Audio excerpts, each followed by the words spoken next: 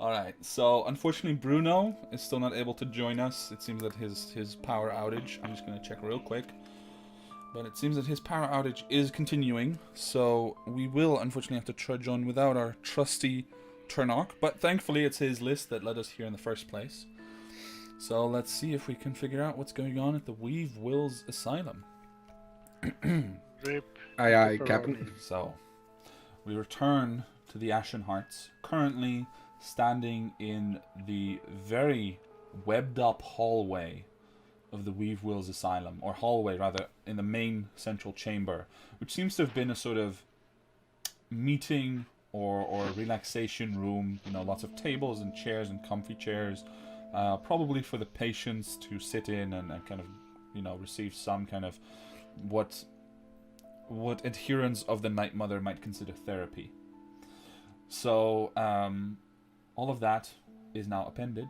The tables are broken or thrown about, especially by the fight that you guys just had, as well as the fact that it seems 2 people who lived here at least, or worked here, have been strung up by these spiders above the doorway and were being drained, for lack of a better word, of their bodily fluids, presumably as nutrition. So standing in this cold and very dark place, Jean-Jacques has just burnt at least a few paths so you guys can move with difficult terrain to the various doors. You just have to decide what you want to do next. Before we move on, I look at Core and Core, do you think you could catch that if I dislodged it from the ceiling? And I point towards the cocoon. Yeah, I think I can. All right. Well, Catch it like a baby. see if this works, and I'll try and hit with my firebolt towards like the base of the cocoon to dislodge it, so that Core can catch it if it falls down. Go ahead and make an attack roll with the firebolt, because that's a pretty precise one. 21. Easily enough. So you step back a little bit, you line it up, you find your piece, because this is still a very uncomfortable situation, and the firebolt goes, it just rips right through the thread with which it's attached to the ceiling, and it begins to fall. Core, I need you to roll a let's say athletics check. What, just kill, like, this person is barely alive and they kill it because it fall to the ground? It's possible. There we go. Can you tell me what it was? I don't have the chat. Oh, I didn't click on the... Yeah, 19. Okay. So with a 19, yeah, you basically you wait for the cocoon to kind of begin falling, and you let it like kind of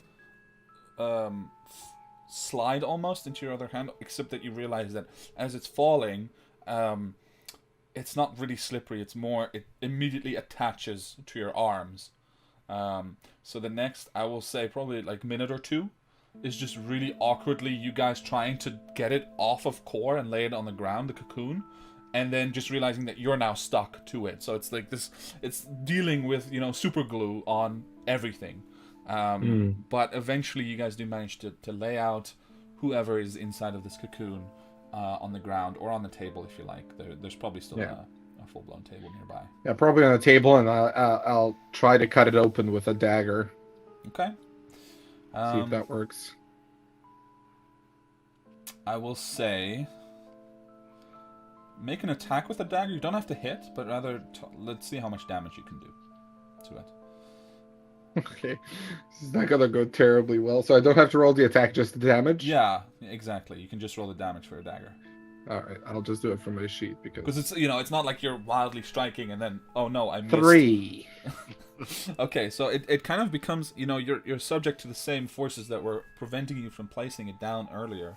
And as you try to cut through the webbing with the dagger, you realize how incredibly powerful it is. And it's like wrapped quite tightly, and it continues to be incredibly adhesive. So as you begin to cut through, like maybe this far in, and your dagger just gets stuck, and you're like, shit, it's stuck. Oh, fuck. Well, that thing was useless anyway. Turnarch, you mind? And I'll point to the beautifully sharp sword on his back. Which is also magical.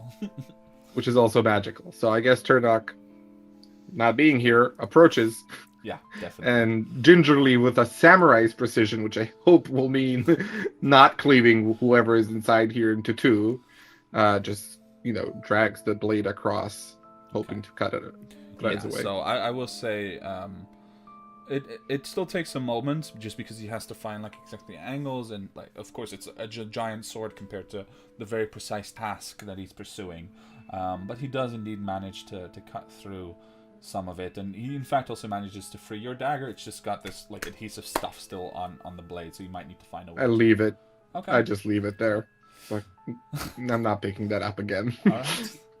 Filled with goo. All right. So sticky dagger stays on the ground, and Turnock manages to open up the cocoon. Inside, you find a person that, frankly, you hope is dead at this point.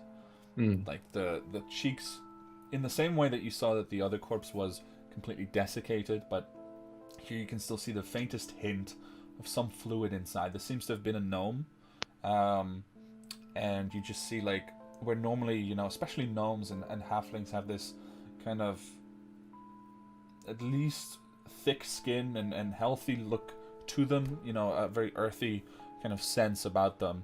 This one is just skin stretched over the bone, and just the slightest bit of liquid still coming out of the pores where various parts of the cocoon had attached themselves to the skin and were essentially draining it out of there.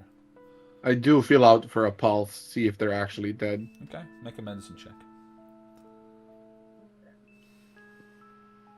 Yeah, it's not terribly good. 10. Yeah, they are most definitely deceased. Okay. Well, I just kind of look at the gnome and not kind of taking my eyes off of him. I just say, oh, sorry. My confidence.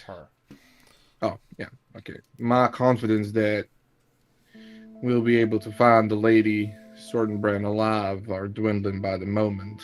I suggest that we start hauling ass. Okay. Before that, let me just see if I can take any of the poison from the body of the spider. We might need it for another job that we took today. So, is there a way to get any I would venom? say so. Do you have? I mean, you I have guys a have vial. had health potions before, right? So I have assume you still I bought vials anyway, though. All right, good. So you take out a couple of those vials and you try to extract the poison, or rather, I believe in this case it would be venom. Yeah, Yes, venom. right? Because they injected. Yeah. But you go ahead and attempt that. So go and roll a nature check. And I'll say if you take enough time, you get advantage. But enough time would definitely be, like 15 or 20 minutes to get this. Yeah, right. no, it's just I'm just trying to get Okay, it quickly. So you just take a couple minutes to try to kind of rush through the task. So go ahead and roll a nature check. 10. 10. Okay. I will say you drop the first vial. And it's kind of awkward. You manage to kind of break the sound just by your presence. Again, that pass without trace spell. But with the second one, you get half a vial of this spider's venom out of it. Good. Thank you. You're not sure if it's enough for an actual use, but it's definitely enough to analyze or apply in some fashion for certain other applications. I'll just add half a vial full of As Barnack is working on this, all of you, kind of keeping an eye out, obviously, and looking around as well, from the eastern side, from the eastern door, basically the one that you guys haven't been to yet. Behind there, you hear a distinct thud of something falling over. Like something heavy, maybe, a piece of furniture, but there's just this very brief boof, and that's it. Okay. Well, I look towards it and I say, well, there we at least have some indication that something's going on. So I suggest that we go that way. Yeah, I agree. don't think And spiders are that noisy. And the assistant did say right wing, if I yeah. remember correctly. Considering we've lost the element of surprise, perhaps, Corey, you take the lead on this one? Yes, I will, and I'll cast Armor of Agathis on myself. So, how long does that last? 10 it minutes, I think. lasts 1 hour. 1 hour. Oh. Nice. All right, so it's easy enough, right? That Armor of Agathis covers you in this like thin layer of ice, and strangely enough, you draw the ice from the air and it kind of coalesces around you. But the moment that you do, you feel a little more comfortable with the cold, like it's a part of you instead of just something that's assaulting you. The rest of you are definitely feeling the effect still of, there's windows open, there are no sources of warmth whatsoever inside, and it is definitely getting very cold in here very quickly. So, Considering we have to go single file, mhm. I'll probably go right behind Core. All right. Because I think I'm safest in the middle. Yeah. And I'll Even though that's not actually really the middle, but take out my shield and my javelin, I guess. Okay. we got you a longsword, didn't we? We did. Oh, do I have a longsword? You should. We got it for you in the fort. Okay, Yeah. Right, I'll use yeah. that one instead. Yeah. Or was it a warhammer? I can't remember. It was either a No, warhammer it's a or longsword. It was Yeah, it It's a was a longsword. longsword. Yeah, I have And it. we recovered one from the tree in the ship. Yeah. Did you really? Yeah. Was that a real one? Yes, it was this very longsword that you were just discussing. It wasn't a piece of bread. Like, All right. they were so, tripping balls. Tripping balls aside, please arrange yourselves in the order that you wish to proceed forward, and then tell me what you want to do. So I Turnock will take the rear. Yeah, kind especially of. with his arachnophobia, I think that's also appropriate. Yeah. For a location. I actually look at Core and look back at Tani. Look at Core. Like, Tani, would you be okay being between myself and Core? Kind of want to be snug in the middle, if you don't mind. Don't mind, and I'll jog and take my position. Love it when friends want to be in more dangerous situations than I do. I poke him with an arrow just a bit. Oi! Be careful. Be mindful of your back always. That seems That's like a a tip. threat. That's a tip from Barnack. Tip from the arrow. Go. Okay. Just sigh, like, oh my god. Barnack Oh, Jean-Jacques in no. the back with the tip, and Like, Barnack, God, please no. stop poking people with your tip. Stop. and suddenly No. we all, de-age to about 12 years old. Yeah. But in any case, you line up. DH. You line up, and Jean-Jacques makes sure that he is snug in the middle. And, Core, how do you proceed? There's a door here, right? Yes. Is it open? It is not open at the moment, no. Okay. Then I'll open it carefully. Okay. So as you kind of start to push against it, you experience something similar to what Barnack had earlier, which is where there's a lot of spider webs on the other side of the door. So as you begin to push, it's just kind of held in place. So you get the feeling you're going to have to push harder. But if you push too hard too fast and it snaps free, you will slam the door into the wall on the other side, of course. I'll try to cut I can open it a bit, right? Mm-hmm. So, to take my longsword and cut a little Okay. bit, like to be Go able ahead to and, open it without having to push. Make your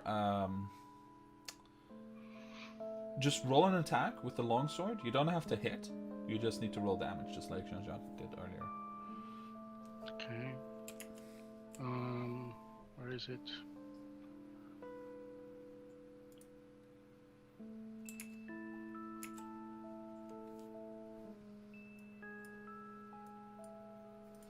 What did you roll? Or... 13. Okay. Yeah, just keep telling me those numbers because I'm not looking at the chat in Roll20. So. Yeah.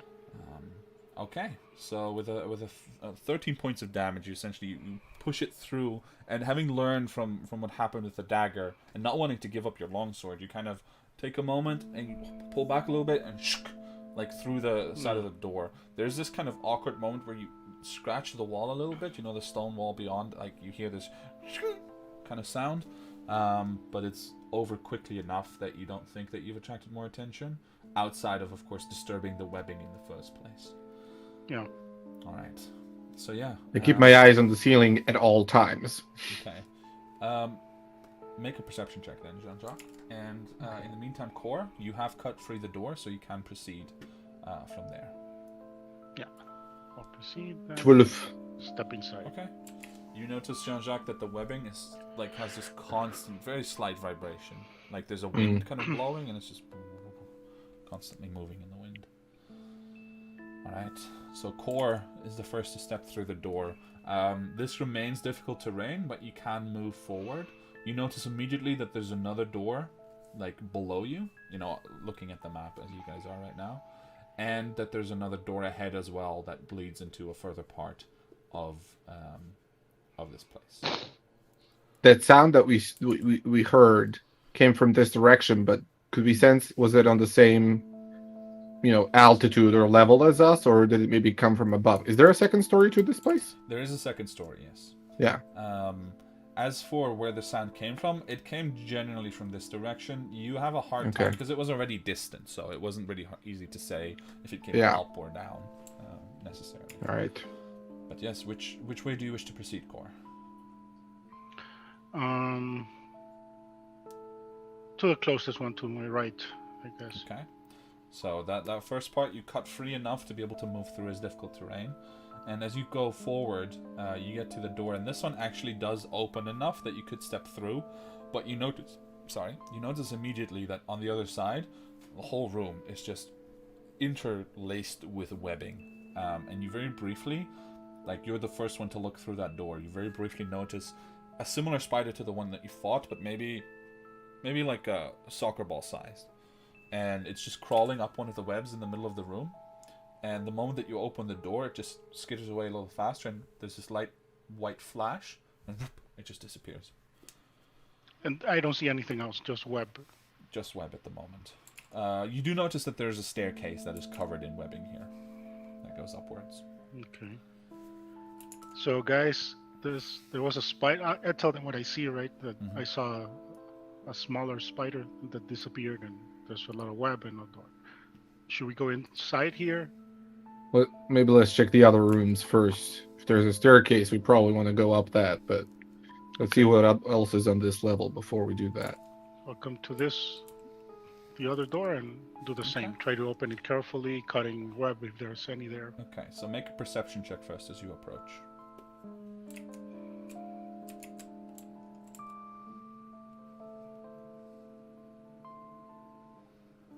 Okay. 11. So as you begin to approach, in spite of your dark vision, it's still really hard to see everything that's going on, the nuance especially, because it's all black and white. And as you step forward, you realize that you're stepping straight towards one of these webs that have kind of intersected with the hallway. So please roll a dexterity saving throw.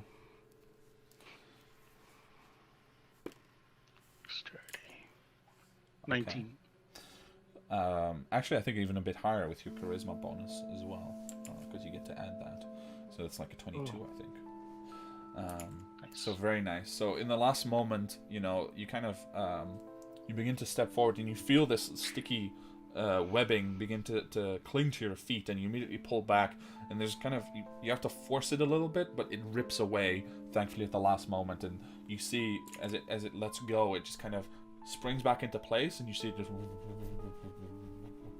before it comes to a halt. You can now choose to either try to cut it away or try to burn it away if you want to light a torch. How do you want to proceed? I'll try to burn it away, actually. Okay. So you produce a torch from your pack, as well as your tinderbox. Usually, you probably of most of everyone here, alongside Barnack, are completely prepared for this sort of situation immediately. So the tinderbox comes out, and you light the fire, and immediately also you get a better view, and you look up for a moment, and you notice that actually the ceiling and the walls are even more covered in the webbing, and you kind of realize you guys have to stay away from the walls, because touching that, it would be very difficult to pull away from. So you start to kind of burn away. It takes a little longer than you would like. This stuff is definitely very, very rigid, but then you get to the door, and you realize that you can actually, now that you've burnt away the webbing, this door you can just push open and move through. As you do, Okay. as you move through, I would say Jean-Jacques and Barnack, you guys are still closest to the door while Cor is moving through. You both hear kind of the shuffling of like clothes of someone trying to move but being unable to, like someone struggling a little bit.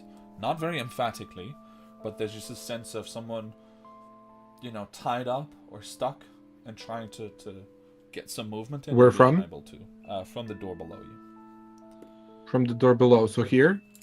Yes, somewhere behind there. Like I haven't moved, but here. Yeah, somewhere in that area. Like, Like I'm in not that saying vicinity. it's there. I'm saying it's like Yeah. that But I mean, direction. yeah. Jean-Jacques, did you hear that? I did. Yeah, that's bad. It stops again. Should we go down? You can burn the web a bit at least while Cor and Tani check out the other Yeah. room. I just look towards him and I go, Tani, in a whisper. Like, Yeah. I'm gonna start burning the web in here while you two check that out. And I'm just gonna start clearing a path through the room, like up towards here. I don't know, can you see my arrow? Yeah. So I'll clear this area first, but Would a flask of oil help you? Like if I were to break it in the room? probably, but I'm afraid we'll just fucking burn the whole place down if we did that. Okay, we have 10 flasks, just so you know. Okay, good. If you want to burn it 10 times over, I'll let you know. Yes. You said my name, right? Yeah. So I turn around and I put a hand on Cor's shoulder for a second, and I just turn around in your direction, Yeah, I said waiting. we're gonna burn the weapon around here a little bit while you check that out. We heard some noises. We think somebody might be trying to get free. Okay, Cor, you heard that? Yeah. Okay, All right. So they heard something, and doesn't sound like a spider. Maybe there's someone. Okay. Alright. So if I understand correctly, Cor and Tani are going to move on, and Jean-Jacques, Barnack, and Turnock will go into the other chamber and see if they can find out the source of this moving figure, if for lack of a better word. Barnack will go to the other chamber while Jean-Jacques burns, is what he's gonna suggest. Yeah. I turn around again to Jean-Jacques. Send the magic message thing you do if you find anything. Will do. And I go. Okay. Yeah, I'll produce my signal whistle and show it to Jean-Jacques. I'll go alone. All right, I'm shooting fire. All right, go ahead. Yeah. So there's. So I kind of just try to clear a path in front of him as he Yeah. moves. Yeah. So Barnack, you're moving forward slowly as Jean-Jacques' fire bolts basically curve around you, and Turnock holds the door behind to make sure that you guys aren't ambushed, and also so that he doesn't have to be going forward. So stupid. Two ranged guys just went into a room alone. This is so monumentally perfect. stupid. Yeah. All right. So Cor, you have 3 doors ahead of you. First and foremost, while you hear in the background, you hear the constant, like, slight muttering of Jean-Jacques as he casts the fireball, and at the same time, you hear the as pieces of the web keep going up in flames. So, where do you wish to go next? I'll check out the door that's closest to me, the one on the north. Okay. So you come to that door, and actually it is slightly ajar. And looking inside, you see that like one side of the room is almost completely cocooned in its own right. You see a table, but it's like completely wrapped. And underneath the table, you see a row of maybe 6, 7, 8 egg sacs just stacked up. Oh, motherfucker. What? It's perfectly normal. They reproduce. And you see these egg sacs just kind of like standing under the table, upright, and just like buzzing slightly, moving slightly, just boop, boop, boop, boop, like with a heartbeat. What do you want to do? Exactly. I'll close the door again. Like, so, I'll tell Tally, so it's full. That's full of eggs. We might want to get Jean-Jacques to burn them or something. I don't want to go in there right now. Uh-huh. Okay. All right. So we return to the two daredevils as they as Barnack slowly moves forward. Barnack, as you They're dumbasses. as you come to the to the first door, you see nothing inside, or rather, you see two beds inside that look like they're empty, and haven't been slept in or anything. You know, they're just kind of cocooned a little bit. They have some webbing over them, but they haven't been paid any special attention. When you come to the next door, right next to that one, you see inside quite a lot of webbing, and you see lying on the bed a person currently kind of trying to move, but their head is completely still and just staring up at the ceiling. So while they're just lying there, motionless, you know, you can't really tell. It seems to be a half-elf, possibly, maybe, more human than half-elf, but still, and just kind of staring up at the ceiling, and like their shoulders are just kind of moving a little bit, and it's trying to get free, but not with like a lot of enthusiasm. It's just kind of perfunctorily trying to move itself. But it's also not cocooned in the way that the others were. JJ, Jean-Jacques, person here, not cocooned, a lot of web, head not moving, body moving. Great explanation, Barnack. I kind of just, or I'll be there in a second. And turn, not gonna say, watch our back, and I'll move towards there. Okay. And I'll look towards that person. Mm-hmm. You see exactly the same situation. I look towards the ceiling in the room. Okay. The ceiling is pretty much as messed up as in the rest of this place. But I will say that maybe after Barnack sticks his head back in again, you both become aware at the same time that one of their arms is partially free, and it seems that they pushed over a small table that was standing beside the bed, which could easily have been the sound that you guys heard earlier. Okay. Well, having an explorer's pack and a tinderbox, bitch, I'll take my torch and I will light it with the tinderbox, and then I'll slowly kind of burn the webbing away as I approach that person. Okay. It becomes quite a tedious task as you start to go forward, because not only is the webbing quite thick in here, but also, your fire bolts are magic, but this regular fire, it's like it doesn't want to grab hold of the webbing in this place. So it takes like a good 5 minutes or so to burn your way, to burn a path through, maybe even aided by some fire bolts. Yeah, I was gonna say I'll shoot the fire bolts at places where I believe I won't hit the person or something. Yeah. Just. Yeah, so even then, it's slow going. So in the meantime, Cor and Tani, you guys are still on the other end. Do you want to rejoin the others, or do you want to check out the other doors? What do you choose to do? I'll check out the door in front of me first, but very carefully too. I don't want to disrupt anything or wake up anything there. So the moment that you touch it a little bit, you notice it's not locked. But as you try to move it, you hear that it just has the most awful creaking sound to it. It's very old. The hinges are very rusted, and you're pretty sure that if you open it, it's just gonna go the whole way. So what do you want to do? Do you want to try that still, or? Give me a sec. Let me check my inventory.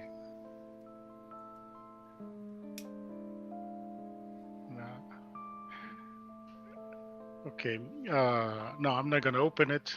Okay. I'm gonna check the other one right next to it and try to do the same. All right.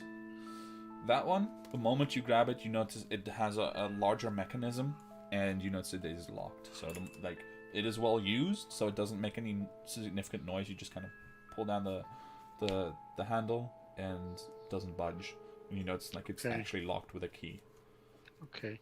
The other door, the one that creaked, I want to try to see if I can hear anything on the other side. You put your ear to the door. Go ahead and make a perception check. I want to put my ear against the door 16. too. Okay. So it kind of becomes this moment of, first Core, and then Tani just kind of lines up a meter ahead and just also listening. Go ahead and make a perception check as well. 5. Okay. You mainly hear Core's breathing behind you. That distracts you a little bit. But Core, My as stomach grumbling. as you put your ear to the door, you don't hear any sounds of unusual nature. You listen long enough that it kind of becomes this thing where even the most mundane and average sounds of the wind blowing beneath the other door nearby and sounds distantly outside all start to sound a bit weird, but nothing that stands out to you as being particularly odd about this particular door. Okay. Tani, I think we should go to the others before we go into that egg room or this loud door room. So we don't want to wake up anything here and get eaten by spiders. Mm-hmm. I'd much rather be the entire team against the spider instead of us two. And I start walking towards the other door. Alright, so you guys start walking. In the meantime, of course, Jean-Jacques and Barnack have made their way to the bedside of this person. But even as you enter their periphery, they don't turn their heads, they don't focus their eyes on you. They just lie there, staring at the ceiling, trying to get free. Okay, so based on their attire, can I kind of guess whether this person might have been a patient or an employee? I would say that you definitely quickly, both of you think patient more than employee. Okay. And the way... Yeah, I'm inside. Okay, the moment I see that it's another patient, I'll just close the door and say, you take your time, you guys. What? Just not... I didn't close you in completely. I just push it a bit.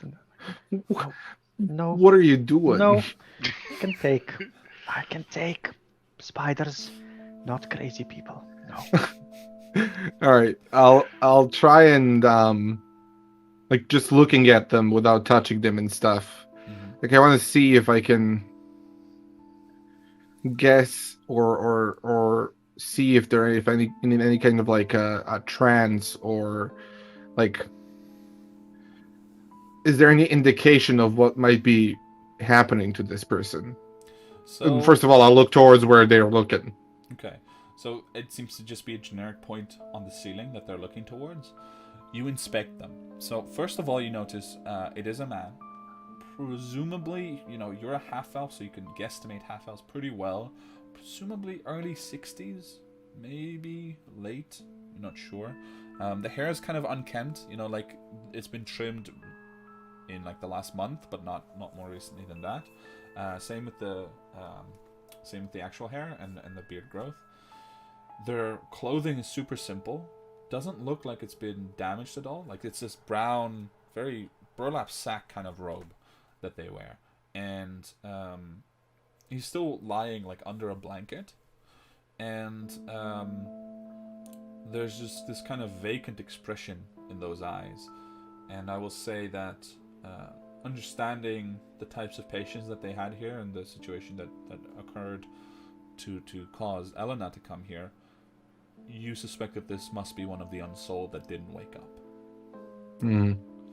But completely unharmed. Yeah, I've seen plenty. Aside from being wrapped in with some webbing, which it doesn't seem like it's been applied to them specifically. It's like they were just there in the way and they just kind of got wrapped up in it, literally, and just aren't able to move since. Okay. Not spooky at all. All right. The last thing I would try to do is ascertain if there are any traces of magic in this room. Okay. If I can. You mean just generally looking around, right? Not with detect magic. Okay. Correct. Go ahead and make an Arcana check. 15. Okay. I will say with a 15. So the way that you're facing the bed is kind of in the far corner, down the wing essentially. Looking up above the bed, there are some floorboards from the above room, and it's still quite tall in this room, right? It's this old-fashioned style, so it's maybe 3.5 to 4 meters up, but through those floorboards you just see the faintest ethereal blue glow coming through, and that particular hue of blue, it sparks something, but you don't know what it sparks yet. You know, Okay. it's familiar, but you don't know why it's familiar. Okay. So that's the only trace of magic that you would notice. All right.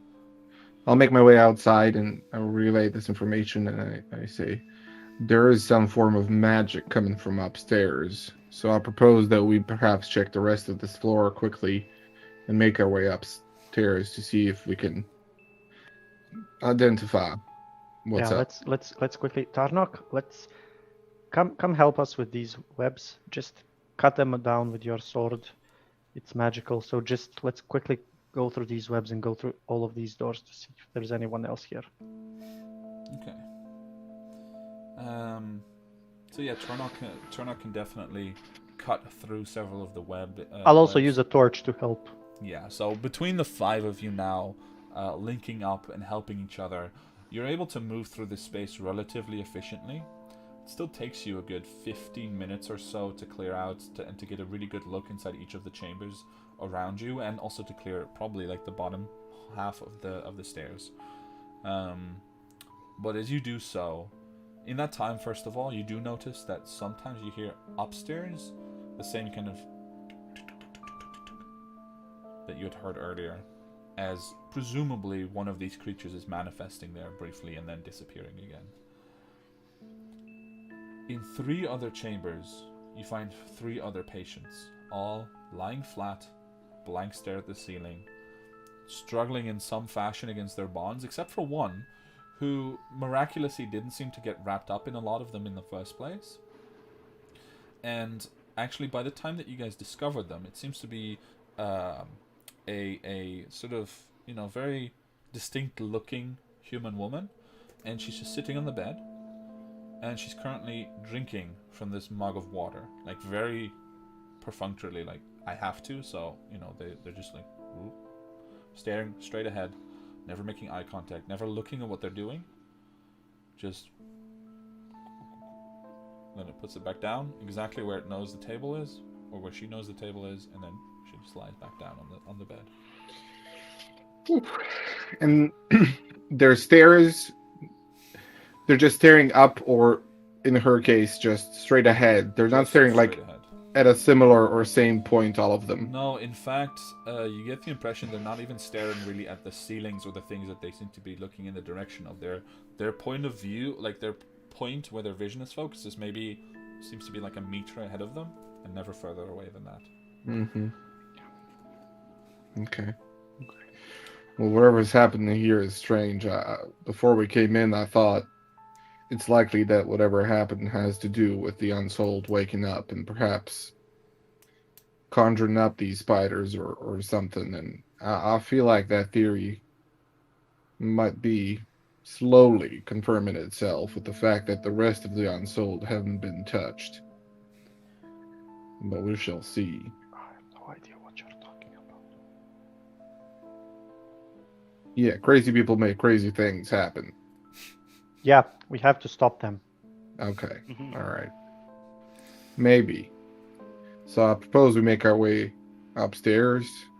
Yeah. I think I should have a vague idea where the magic was coming from.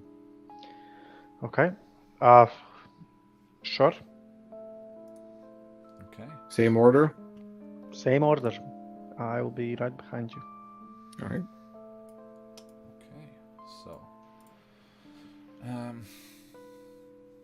you guys begin to head upstairs. Core, did you tell us about the eggs?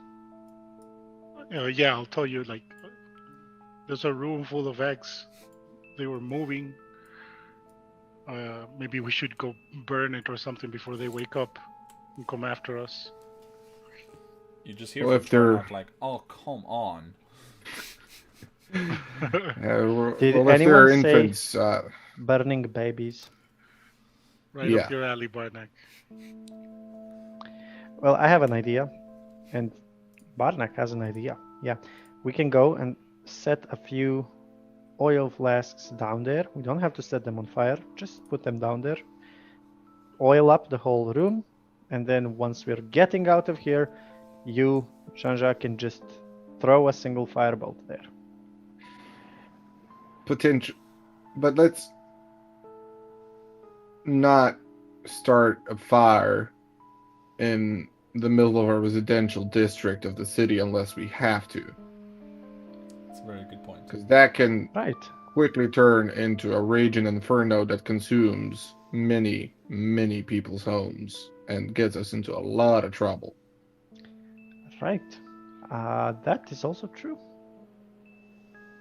Okay, so we will scrap that idea, or rather recycle it for later. Right. For other Right. districts. For For other other districts. spider eggs. If this We'll were the burn noble down district, I'd be fine with it. Oh god. Okay, so you decide to leave the eggs behind for the time being, correct? And head upstairs. So if I understood correctly, Core is once again taking the lead. Yeah. Alright. Poor tiny JJ Barnack Turnock. Yes. Very good. So Core, as you slowly make your way up the stairs, still having to burn away like some significant webbing, you actually notice it's starting to become thicker and thicker to the point that it's not necessarily like you can burn away the stuff that crisscrosses the room, on which you sometimes see these little spiders skitching away, you know, like babies that have hatched. But even though you burn away the stuff that's like immediately in your path, you are considered to be on difficult terrain all the time now, because literally the entire floor, ceiling, and walls is completely covered in webbing. It's like you've stepped inside a spider's nest, essentially. I need to get myself some fire magic. So, Core, as you get to the next floor, let me move you real quick so you can get a view of what's happening. But as you do, you notice immediately that this webbing has a strange glow or a strange coloring to it, and you realize that it's being shone upon by a light source that you can't quite see. So you briefly poke your head just around the corner, just to get a look, right? Not to reveal yourself. You have mithril armor now, so you're quite stealthy. Just briefly, whoop. You see on the other end of the hallway a sheen of dark blue purplish energy, completely identical to what you discovered when you traveled underground beneath Fort Orange.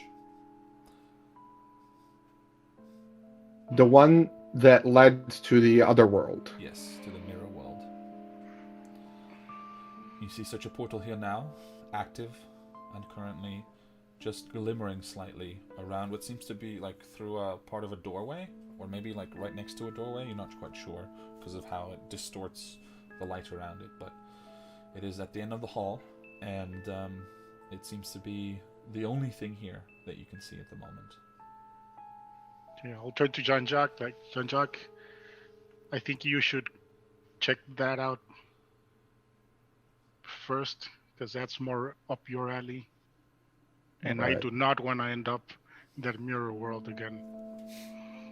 Yeah, I don't want to see more visions. I'm not sure I'm ready for that again. Well, we'll see if we have a choice or not. All right.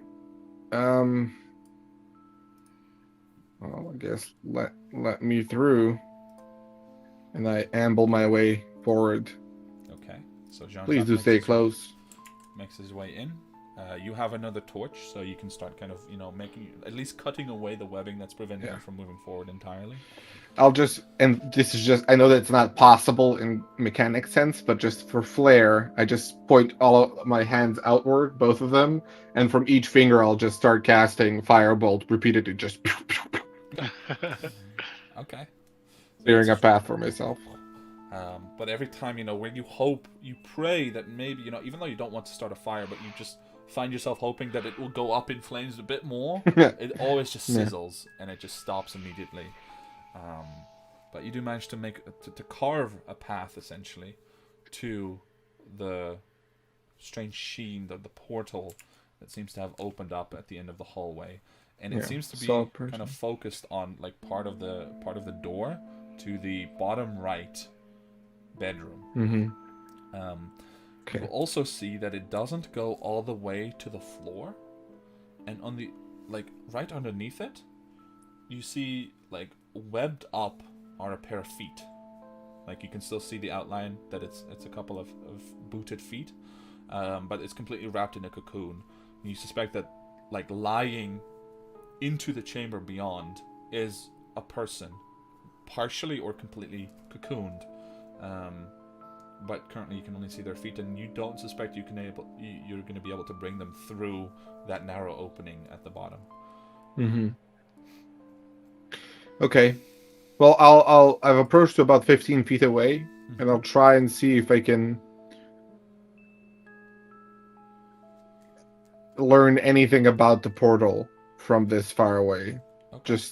I will say, make an Arcana check at disadvantage. Okay. So, just to clarify, 18. Someone from our old campaign is watching, and they are saying that you should collect the eggs. Otherwise, you can't have pet spiders. So. Oh. No pets. Pets are banned. Yeah, that's a good idea. Nope. All right. Nope. So, 18, huh? That is very good. So then I would say it's tough, right? Because even last time you had a much closer look at this energy, this portal, and you weren't able to deduce necessarily what it was. But there's definitely an aspect of, it has to be some kind of conjuration magic involved. But there's also definitely something alien about it. Something that doesn't adhere to the natural ways in which magic works. The way that you know it to work anyway. So there's this kind of sense of unfamiliarity that you can distinctly pinpoint, but figuring it out would take days with tests and very, very proper conditions to make sure that you can figure out, okay, is it this kind of magic? How does it interact with this? How does it interact with that? But at a glance, the best you can tell is it is identical to the portal that led you to the mirror dimension. Yes, I turn to the group and I say, I can't tell much at this point, but I believe it's the exact same kind of portal that we saw underneath the keep. And there is a body on the other side of the portal, or not on the other side in the ethereal realm, but the physical one. It's right behind. I can barely see it because of the gap between the floor. All right. So before you continue, I have a question, because you said you turned back to the group. So has everyone moved up by now, or are some people still holding out in the staircase? I've moved up. Yeah, I'm at the top.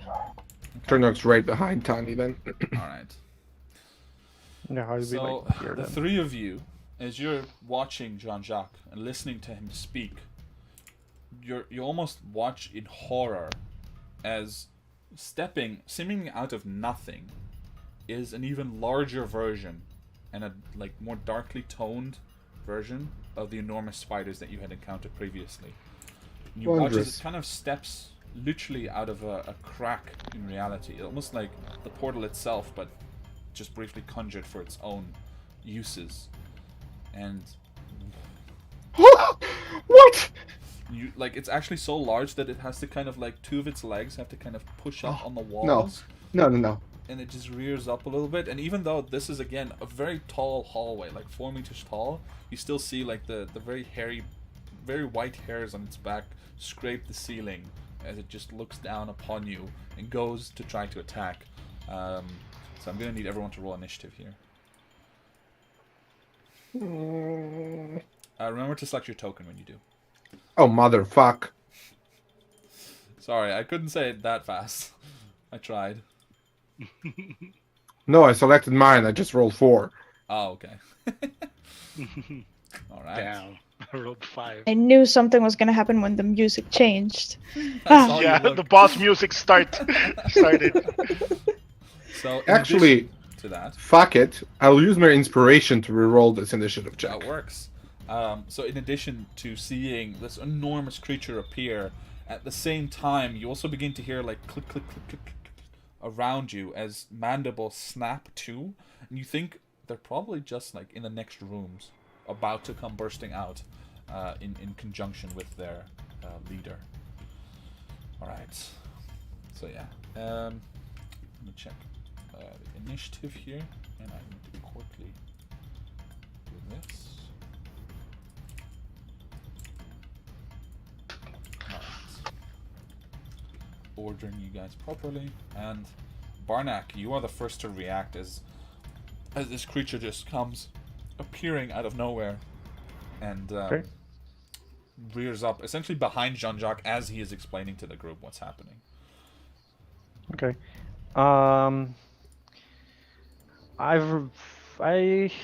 remember seeing Jean-Jacques use his cape, or rather his own ability to evade enemies that are very close by him, right? In a way, I mean, Yeah. you know it's effective in some fashion. It's not like he's, like being Batman and, wrapping Yeah, himself in yeah, to yeah, yeah. defend, but No, not it that. helps. Just going away a bit. yeah, yeah, Okay. definitely.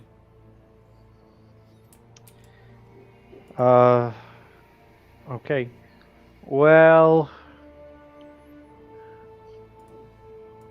I will just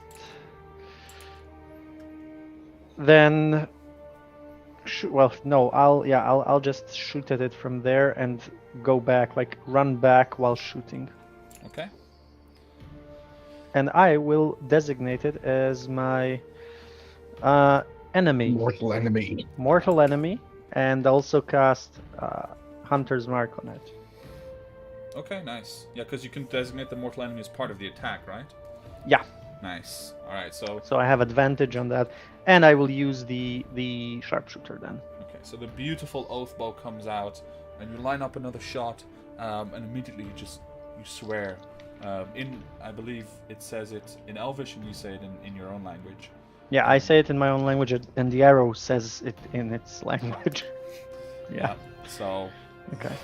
the arrow just comes bursting forth, like with this beautiful silver color around it, as if it's being, magically guided by some other power as well. Okay. That is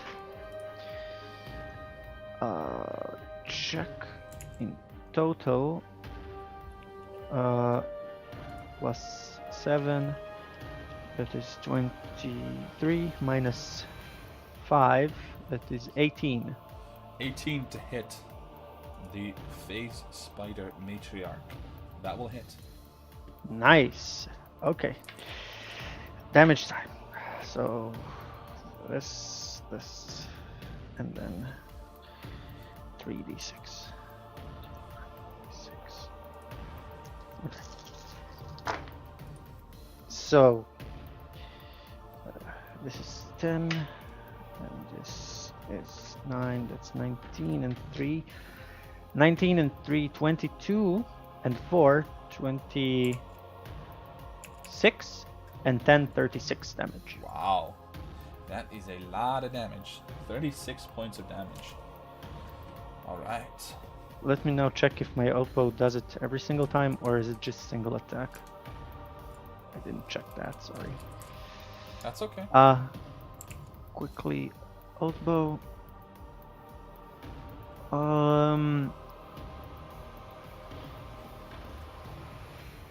Nope. It's every single time. Okay.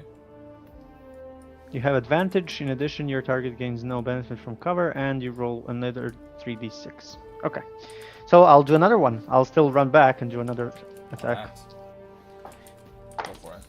This one hits more. This one is like 21. That will hit, yeah. So you basically, you see Jean-Jacques get into danger, and before anything can even happen, you're sprinting back, just firing off arrow after arrow, with the beautiful sounds of the oath bow, just whispering their ill wishes upon your enemies. You strike twice. This one's worse, much worse. This is 5 in total, 10 and 4.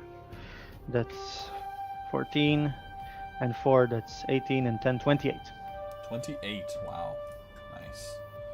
So 2 huge hits as essentially, as the spider reared up to bite Jean-Jacques, and immediately 2 hits against it, and it just kind of, you think it's making a sound, but you don't hear anything.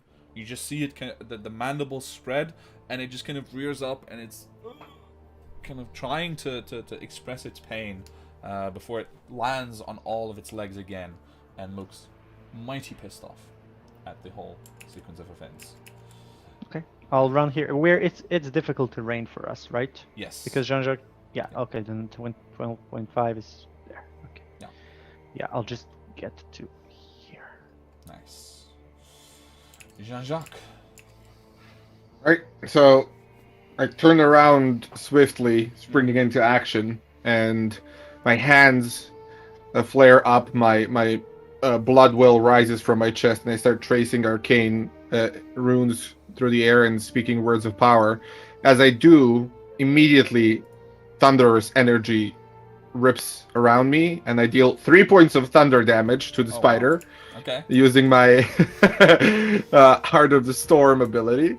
Yeah. And at the same time, I jump 10 feet back using my bonus action. Yeah. And a lightning bolt shoots straight forward at things. So please make a DC 19 check. I think it's dexterity. Right? Yeah. Yes. Oh, almost. But not quite.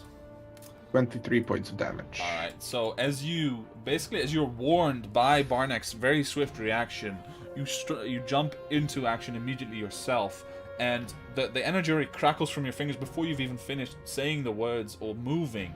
But as you fly back through the air, you channel the lightning bolt forwards, and you all hear like the as it suddenly crashes into existence and goes through the creature and into the portal, actually, in one swift go, and it takes a whopping 23 lightning damage as it fails to avoid the attack entirely. And yeah, you just see like this blackened burn across its belly where you've just launched the lightning bolt through it. Alright, it is Turnok's turn. Right. Reluctantly, I guess. Very reluctantly. So Turnok needs to move through Tani's square. Is that automatically difficult terrain? They don't stack anyway, I guess, right? So 10, 20, 30. Well, I think difficult terrain doesn't double the amount. Some spells can double it. Yeah, no, Or it's not because I double know it, that moving through an ally's square specifically takes 10 feet instead of 5. Like they specify it. So if you have difficult terrain, yeah, fuck it. You can get through. It's just an additional, let's say, 5 feet used. Yeah, so I guess he can't make it there then. So it's I would 10, say 20. Not then, because he has to, he has to squeeze past Tani, and he himself is not a small person. 20. So yeah, it takes him some effort to get past. Okay, so 25. He can from 30 move then. Okay, I guess he can move there the furthest, perhaps. I think roughly, yeah, maybe like one more tick lower, but that would be about it. Yeah. All right. Well, seeing as that's the case, and that he doesn't have much else he can do, he will open his maw and shoot his breath weapon. Nice. So I think that's cold damage, and it's a Constitution saving throw for 8 plus 3, 11 plus 3, 14. Okay. Let's see. A 9. So that fails. 86. Alright, so as Turner 9 damage. rushes into view, realizes he can't get closer, he kind of whips himself up into this battle stance so that at least he can overcome his fears as he faces just the most monstrous thing he can probably imagine at this point. And he opens his maw, and indeed this beautiful, pure white stream of ice damage rolls forward at the spider, which it just, in this space, it just cannot dodge properly out of the way of these attacks, and you see like part of its skin gets frosted over from the attack. Alright. Very good. That's Turner's turn. Tani, it's your turn. What would you like to do? Okay. I'll put a hand on my claw tattoo, which I imagine it would be, on my left shoulder, claw-like forms, other jagged shapes, all that. Yeah. And I'll activate this thing. I empower the tattoo for 1 minute. Each of my melee attacks and unarmed strikes can reach a target up to 15 feet. Inky tendrils launch toward the target, and I have extra 1d6 force damage on a hit. Okay, so that's my strategy, so I don't have to come as close as I need to. I'll step over here and. All right, so I will describe it as when you touch it, and maybe you speak like a command word, which can be anything that you want it to be. Like the tattoo gets this like faint glow that all of you become immediately aware of because of how dark it is in this chamber, and these kind of tendrils, not dark ink or dark, but not evil looking, but rather just wrap themselves around your hands, and so when you go to attack, you can still make your normal punch attack. It just extends. Literally, physically, it creates an additional fist that makes the attack for you when you go. So yeah, go ahead. Nice. And roll your attacks. Eldritch Maul. Yeah, that's pretty dope. And yeah, I'll, as if the spider was right in front of me, I would make a punching motion. Yes. Yeah. 10. So 11 to hit. Right. Sure. No, this has +7 already, so I think this is correct. Because it still has a +1, right? That's what we talked about earlier. So yeah, 10 to hit. Unfortunately, like as you go, like the strike launches, but in this case, the spider actually just pushes itself up on the walls, and it lifts itself out of range to avoid the first tendril fist that comes at it. But of course, you have another attack and a bonus action, so go ahead. It's a free action to.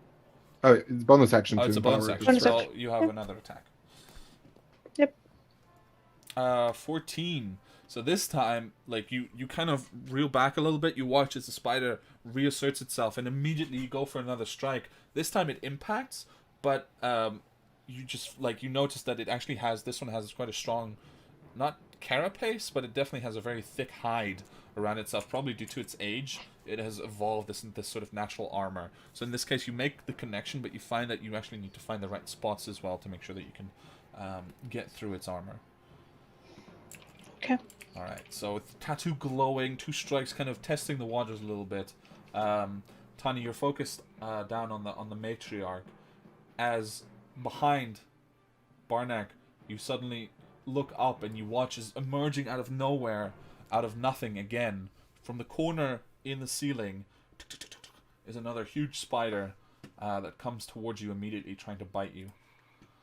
It will make its one attack against you immediately,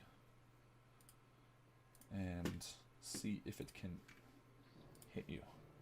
Oh, it's not with advantage. My apologies. Does a 15 hit you, Barnack? 15 doesn't. Doesn't. All right. So as it strikes at you, just at the last moment, you kind of duck out of the way, and like the mandibles, they just close around where your head was like half a second ago. Too short for ya. All right. That is. Yeah, that is its turn, and then we come to I made the wrong spider visible. Whoops. That's fine. Let me fix this real quick. But yes, it is about to be... Ignore that in the roll I just the did. matriarch's turn. There we go. Apologies for the mix-up. So, the matriarch itself, having now, taken several significant hits, she is first going to... she is going to use one attack, one paralyzing stinger, and then she's going to use her bonus action. So first she's going to try to bite Tani. That will be not at advantage. There we go. That's a 21 to hit. That absolutely hits. Alright, so as it kind of skitters forward immediately, like it's pulling itself forward on the walls and just launches itself at you. And as it bites at you, immediately the stinger comes from down below, and like after the bite, she also launches herself away again and tries to sting at Turnok. All of this has 10 feet reach, by the way. So the damage against you is going to be 8 piercing damage plus 16 poison. Oh. And you must make a Constitution saving throw. With plus. Oh, sorry. How many? Yeah, the poison is, by the way, halved if you succeed on the throw. Yeah. What's your charisma modifier, Core? 3, right? Yeah. It's. Wait. Okay. Never mind. 2. Yeah. Anyway, Yeah. that doesn't make a difference. Yeah. Alright. This is against Turnok, by the way, the stinger. That hits so him. Tani, you take the full damage, and immediately after the stinger comes for Turnok, and we'll do 3 piercing damage, and he must succeed on a DC 14 Constitution saving throw or fall unconscious immediately. He has inspiration. I think that's too... I mean, I would use it if I were him, if I were Bruno, but it's his inspiration, so I don't know. I don't feel super comfortable doing it. I mean, I think it's a matter of, staying awake and in the fight. So I think I'll allow it, and we'll figure out if there's any. I have something to help with that. Okay. With the poison. Yeah, with the poison, yeah. Oh, but he'll fall unconscious, so it doesn't make a difference, right? Never mind. Well, I'll use it, and then I think you can refund it if he ends up being super sad about it. No worries. Oh my god! So a 10 and a 5 after using inspiration, so that's very unfortunate. As Turnok basically, or as the spider matriarch surges forward, bites Tani, immediately retreats, and then the stinger just does this backhanded slash almost, and embeds itself in Turnok's stomach, pushing through part of his armor. And when it pulls out, he's like, that wasn't so bad. And then suddenly he just turns around to look at you guys, and you guys just watch as he's already white, white dragonborn, but he goes even paler, and he just crashes to the ground, stuck to the webbing that lies there. Immediately after, the spider, the face spider matriarch disappears into another realm. Okay. Cool. One point of clarification, Kevin. It doesn't mention that he reaches 0 hit points. It's just unconscious. Just unconscious. That is correct. So standard unconsciousness rules apply. Yep. Okay.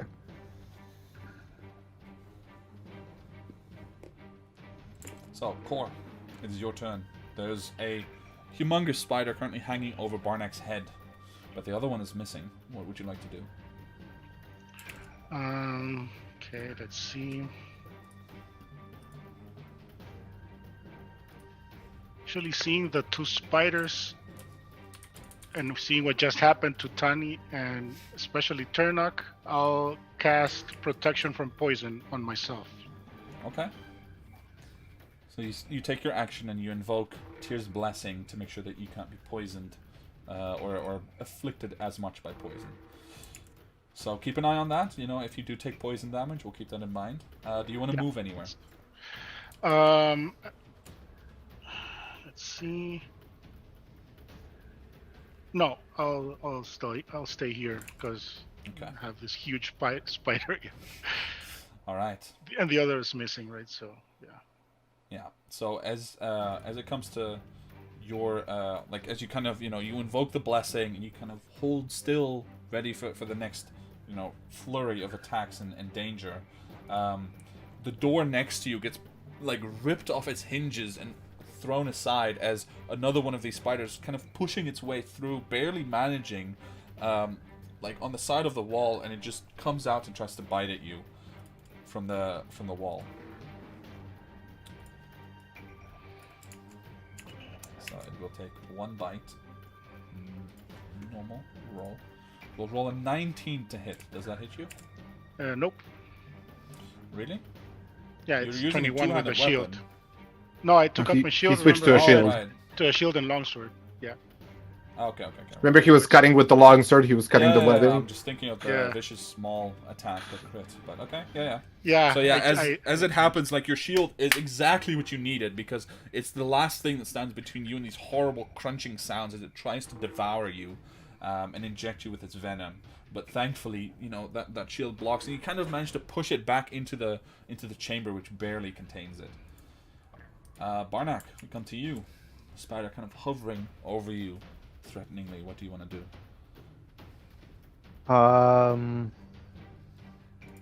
Cry? You want to take your action to cry? I mean, that's viable. No. No. No. No. Okay. So what I will do is, darn it. Yeah, I'll just move between myself and Jean-Jacques, so I'm still in its range, just so that it can't reach Jean-Jacques that easily, and I will shoot at it with double disadvantage. Just regular disadvantage, but okay. Yeah. Alright. Okay. So you kind of angle up the oath bow. It's almost begging you to attack the other creature, but you just don't know where it is. Yeah. So you fire a shot at the spider that overhangs.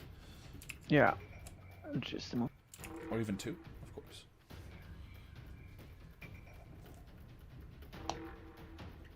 Okay. The first one is an 18 to hit in total. 11 plus 7. Does hit. Okay. That is now only normal damage, no hunter's mark or anything, right? That is correct. I Right. don't think you cast Hunter's Mark. Yeah. If I don't see the enemy, can I move my hunter's mark on another enemy? No. I don't. Needs to die. know. Yeah. Yeah, okay. That is 10 damage in total. Okay. And I'll do another shot. This one's worse though. It's 15 in total. The roll to attack, you mean? It's 15. Yeah. Okay, 15 still hits. So. Okay, good. Even though it's harder, right? And like you're Yeah. having to kind of angle, and you've got these long legs as well, trying to mess up your shots. You manage to just get one between the legs of the spider. Yeah, this is 8 damage though. Alright. You fire another arrow into its belly. Very good. Alright, so that's the end of your turn, Jean-Jacques. Oh, sorry. I think so. Yeah, I think so. Yeah, it's the end of my turn. Alright, very good. Okay. JJ will move one square and use his action to try and wake up Turnock. Okay. And just shake him awake, slap his face, be like, "Get up! Get up! We need you!" Okay. Make a Constitution saving throw for Turnock. Okay. He doesn't get the bonus because he is unconscious. Oh, Jesus. What did you roll? Natural 1. Natural 1. Okay, Oh, so damn. as you're kind of shaking him and you're trying to get him awake, like there's still this minor wound in his belly where the poison was injected, and you watch as you shake him, like there's just kind of this almost sizzling sound coming from the wound as the venom is interacting with the blood, and it's just like also making this horrible smell as well that starts to fill the air around you, and he just kind of groans and he tries to push you away, and he's just not waking up right now. Okay. That's everything I can do. Okay.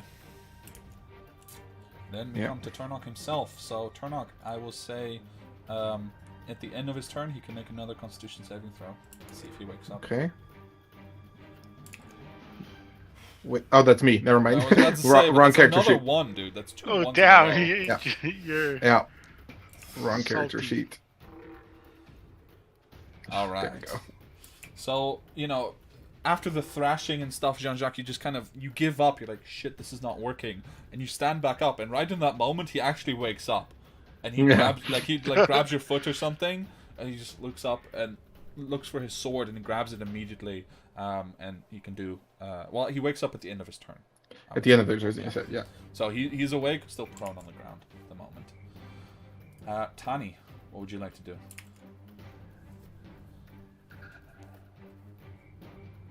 Okay, yeah. As I notice all of this happening, I turn around and they're on the way, right? Or no, are the spiders up? You have reach. Yeah. You have... And now I have reach. Yes. I'll make a roundhouse kick just to. All right. So Nice. as you prepare for the roundhouse kick, like the tendrils that had extended to your arms suddenly shoot down to your legs as well, and then like in the motion it just extends it again. Let's see here. Why is Roll20 doing this to me today? My third natural one? That's a 9. Oh my god. To hit. I'm not roll 20 anymore. I'm just not.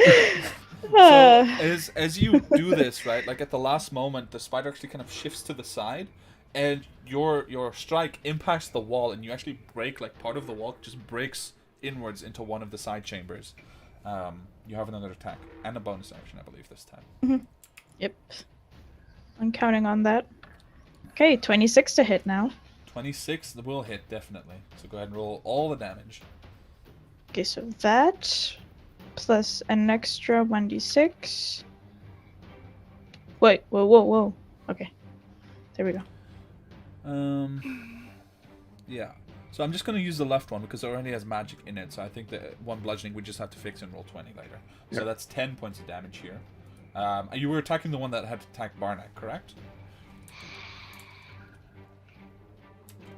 The one Yes. the one that was hanging off the ceiling and attacking Barnack. Okay. So the second strike just like fully connects, and you see the spider kind of push itself further up into its corner, becoming really that terrifying picture of the huntsman kind of hanging in the corner, but so much bigger. What do you want to do with your bonus action? I'll use 1 key point for Flurry of Blows. Okay. Go for it. So you have 2 more attacks. Uh-huh. 18. 18 definitely hits. Do I roll again? Well, yeah. Gonna have to. Well, roll the damage on the first one first. Yep. Okay. I think that +1, wasn't it, because of the Eldritch Claw Tattoo +1 thing? Well, it's also included in the original, in the left one. It already has, when you add a Oh, okay, magic okay. bonus, it adds it to the attack roll and the damage roll. Oh, this is okay. just So extra. I'll remove that. Yeah. Mhm. So yeah, 9 damage plus your 1d6 again, I think. You do an additional 1d6 on each attack, right? Yep. Yeah. Ooh. Nice. So 15. 15. So with the second strike that hits, you reach up and basically you just launch your fist straight forward at the maw with the mandibles. They try to close, but your fist, like your almost spectral fist, is already past it and just rips through the spider's mass. And by the time it pulls back, like you're pulling back part of the viscera that just spill onto the ground, and the spider just begins to crash. It does kind of fall on Barnack, but Barnack is okay. In this case, he managed to kind of sidestep it, but the spider just curls up in the corner into this husk. All right, you have another attack, so you could attack the one in the room next to Core. That's what I was planning. The other one will be towards that other one. All right, so go ahead and just roll the damage. It's fine. It's 22. Okay. And the extra. I'll put that in later in the sheet. Yeah, that's fine. Alright, so for an additional 10 damage, so as you immediately turn around, maybe another roundhouse kick follows, you know, like you throw it out and then immediately you throw one back, and again the tendrils extend, and you see the, you know, Cora was already kind of holding it in place, and then just punch comes over the shield and pushes the spider even back further into the chamber. It will immediately go to retaliate, unless you would like to move, Tani. Would you like to move deeper into the hallway?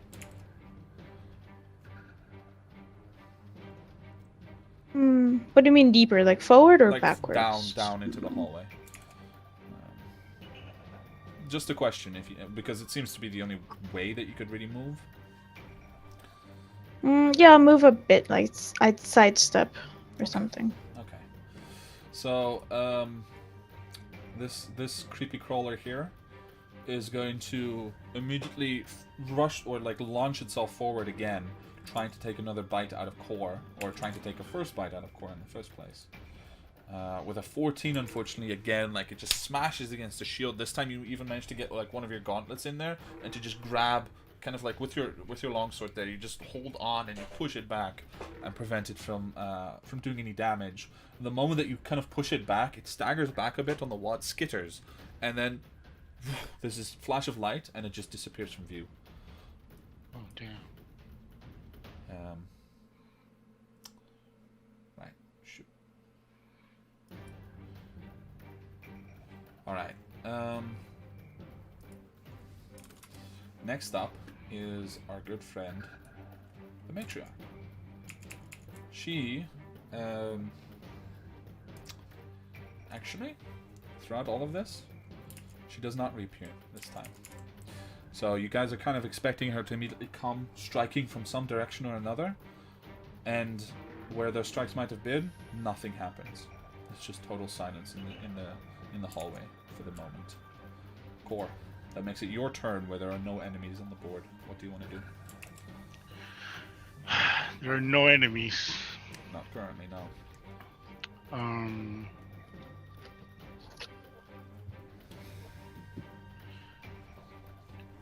For command to work, I need to see the creature, right? Mm-hmm. And I need to understand also. So That is also a part of it, yes. I can't see Tani's health bar. How is she looking? Is she hurt? Tani, are you hurt? I can. Yeah, I'm still okay. Okay, everyone's okay, right? Pretty much. It's just Turnock who got knocked down, but he's getting back on his feet slowly. Okay. I'll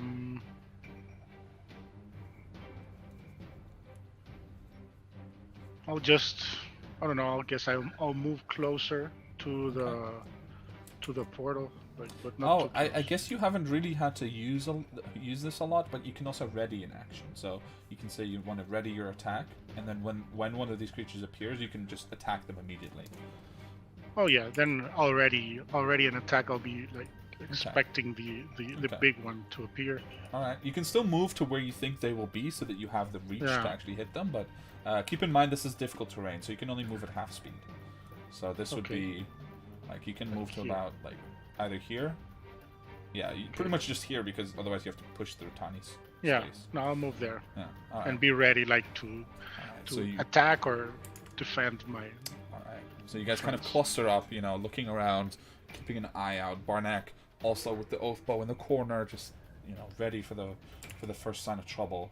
That brings us to Barnack. What is it that you were going to do? I will get closer to the group, Okay. just so that I'm very close to them, and I will ready an action if that little bug appears, Okay. or if that big bug appears. Doesn't matter. And what is the action Either that you ready? The attack action. I will attack it with my bow. Alright. That brings us to Jean-Jacques. I'll use. This would be 20 feet, I guess, then, right? Kind of, yeah, Of pretty much. movement. Because you have to squeeze through, but at the same time, you're trying to pull your feet free all the time of the ground, Plus, if you're squeezing past, you've got like the wall that's also potentially trying to keep you in place. So it's very, very difficult. Yeah, it's not easy to maneuver in here. That case, I will not move already. Ice knife. Okay. For the first creature to appear. All right. Right. Okay. Turnock. Turnock will get up. All right. And move one space here. Okay, and so ready the attack action. All right. Yeah. Turnock moves in a little further. Scared but mastering his fear. He looks around and just make sure to be ready for the first thing that he can attack. Tani, what do you do?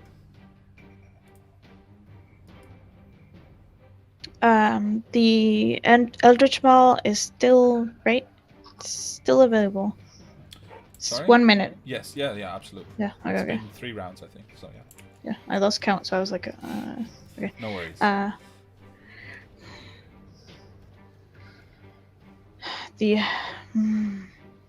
I'll look around and I guess I'll hold my action in case something appears. Alrighty. I'll be right back do real that. quick. Okay. So essentially, how am I going to resolve this?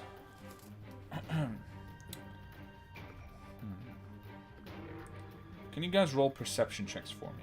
Essentially, as you're scanning, you're trying to get the first glimpse of these creatures before they can sneak up on you. So they'll be trying to stealth past you with their ethereal step, essentially, and trying to get in range.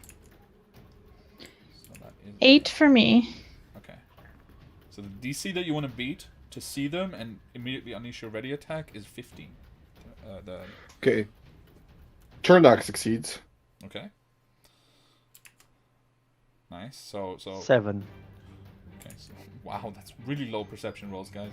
I think that's what 4 failures from what I heard, or 3. 3 at least. And Jean-Jacques has. Yeah, 12. But Right.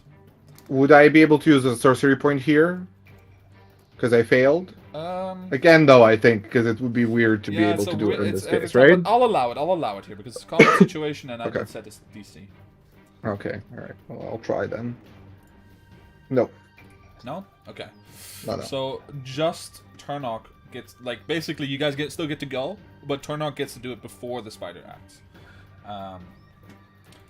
So it immediately appears again on the side of the wall and skittering down. It's trying to take a bite out of Jean-Jacques because it's observed you actually with the fire probably. But Turnock can take an attack immediately at. All right. Come spider. on, 20. Nope. That's 18. 18 hits. Using his keen eyes and his trained senses, the moment that it appears, he just goes for the strike on the wall. How much damage does it 10 do? points of damage. Let me just see. It's only on the crit that the Sword of Sharpness gets something special, right? Yeah, I think so. Yeah. Because on the crit, it can crit again, and if it crits again, it lobs off a body part. Yeah. Alright, so yeah, just immediately...